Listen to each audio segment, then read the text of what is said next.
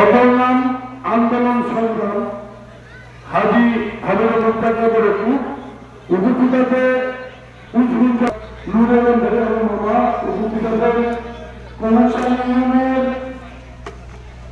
আমাদের শ্রদ্ধেয় আহ্বায়ক এবং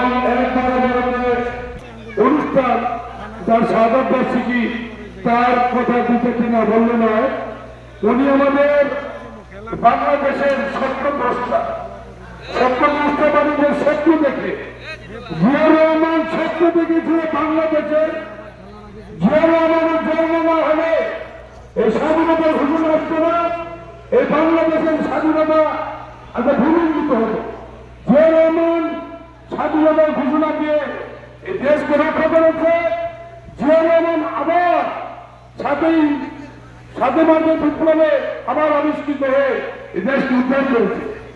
জিয়া রহমানের ব্যাপারে যদি আমরা বলি, সে বহুদলীয় গণতন্ত্র প্রবক্তা।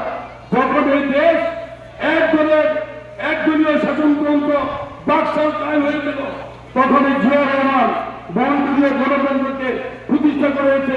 এই জন্য তাকে বলা হয় বহুদলীয় গণতন্ত্র প্রবক্তা।